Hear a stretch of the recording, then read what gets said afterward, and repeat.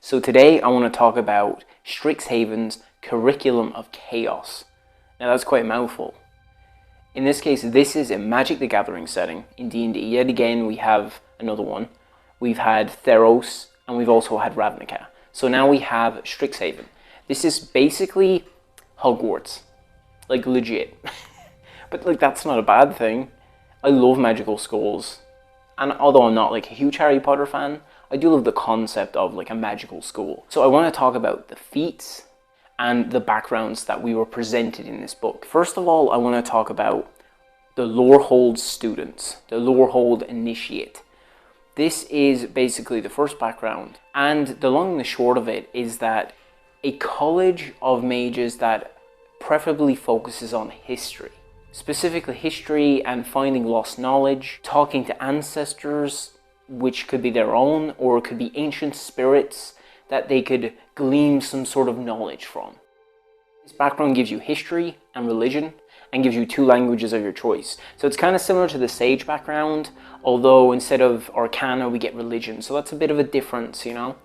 Additionally, we get an expanded spell list, kind of similar to Warlocks, where, you know, you get your lists, and on each list you have like different types of spells. So these are the spells that we got for the Lorehold College. As you can see, we've got some new spells in there, like Borrowed Knowledge. This is a new spell, and I'm definitely going to be going over this in the future in a different video.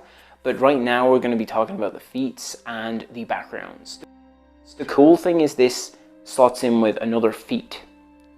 And this is the Strixhaven Initiate feat. This feat is basically a Magic Initiate feat, but slightly better, kind of. So there are 3 choices for every single Strixhaven Initiate for cantrips, but you can only pick 2 of them. For Lorehold, we have Thaumaturgy, Light, and Sacred Flame. Additionally, you can pick 1 first level spell from the Cleric or Wizard spell lists, which is kind of cool. It's really different. And the one cool thing about this is it's kind of going by the rhetoric of Van Richten's and Wall Behind the Witchlight, and I think it's going to be something that we continue to see in future editions and future books, which is that these kind of features, instead of focusing on, hey, you have to use charisma or you have to use intelligence, it kind of gives you a choice. You can be a wisdom caster or a charisma caster or an intelligence caster. So it's very versatile, and that's fantastic. Additionally, like most backgrounds, you get a personality trait. Although you don't really get anything else, it's just a personality trait, which is fine. It's just, I'm kind of used to bonds and ideals and all that kind of stuff too. So that's kind of weird, but you can kind of see some of the options here.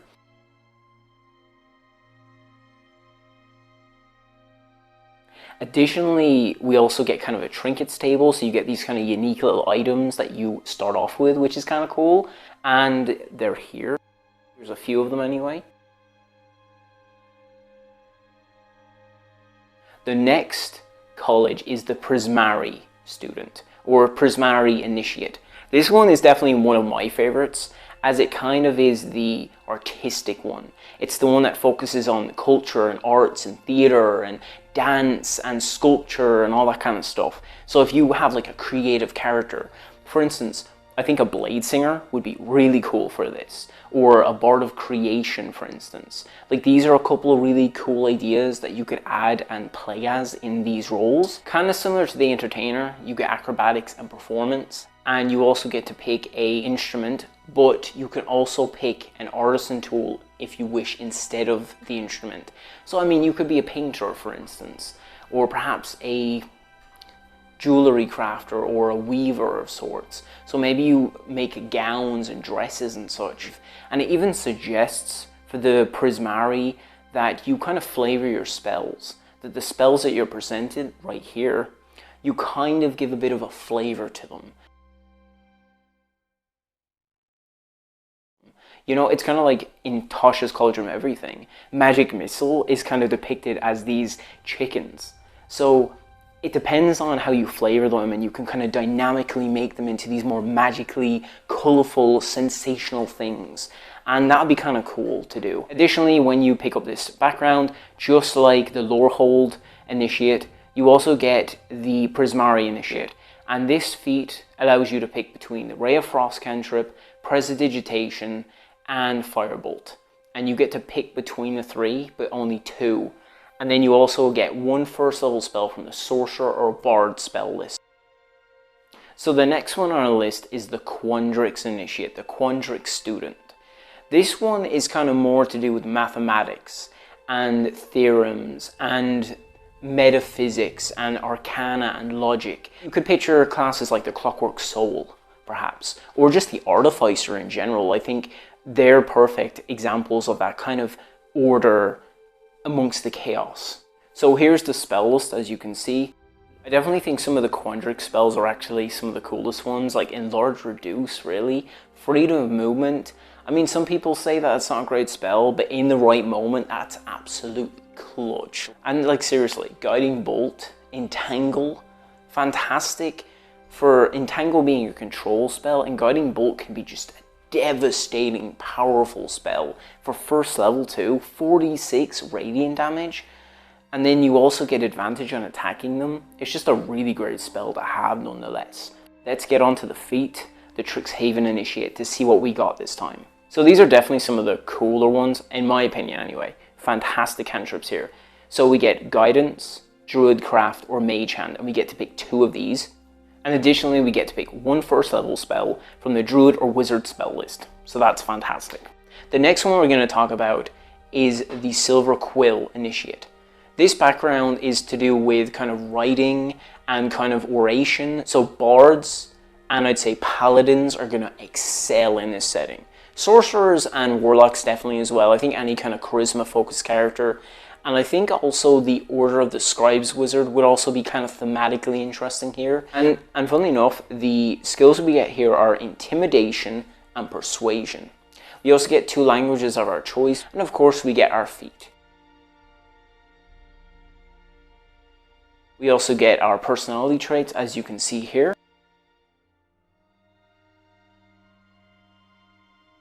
And of course you've got your trinkets here.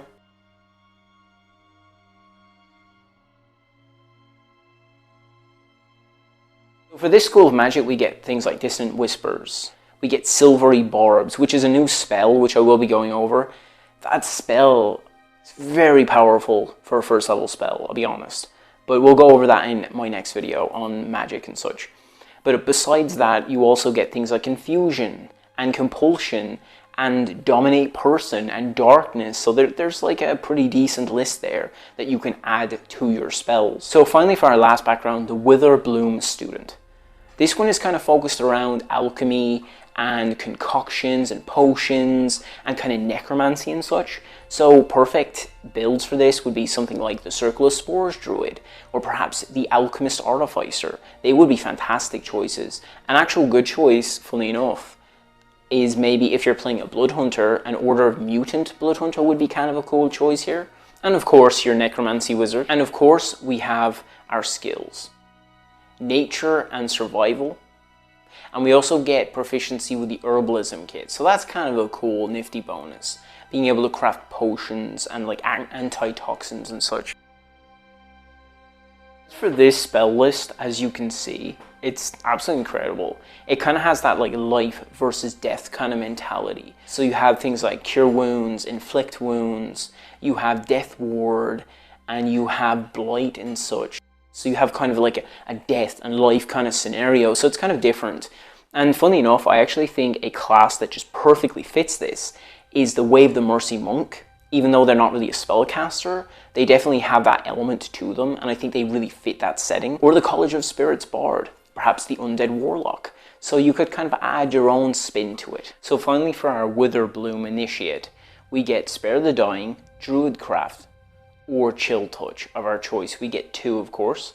And from the Druid or Wizard spell list, we get 1 additional spell that we can cast. And if we have a spell slot with any of these, we can also cast it as well, which is great. I love that new mechanic, and I hope to see it in the future. So finally, we talk about the Strixhaven mascot feat. This is only obtainable at 4th level, and basically what it gives you is the Find Familiar spell. The only caveat is you have to summon a mascot that relates to your college. So for instance, the Silver Quill is this. The Prismari is this one. Additionally, with this feat, if you forgo one of your attack actions, you can have the mascot attack for you. It's great for like martial characters, as they can attack once and then they can have their mascot attack from afar, which is kind of cool. Additionally, as long as you're within 60 feet of you and your mascot, you can swap places. When you do so, you can't do this again unless you use a second level spell slot in order to, you know, reuse it again. Otherwise, you have to wait till a long rest to gain it back. So these feats and these backgrounds are fantastic. They kind of add a lot more flavor and a lot more just shenanigans, honestly, to this setting. I really want to run this, honestly. It just feels like there's a new setting and new stuff, and you just want to run this, but you never have enough time. It's just, oh, it's so annoying. But man, I'd love to run kind of just a almost like Hogwarts-esque style campaign. That'd be really fun to do, honestly. Or even just playing one. That would be amazing. I hope you enjoy the video, and I'll be definitely covering more of Strixhaven's curriculum of chaos in the future. So stay tuned for that, and I'll talk to you guys later.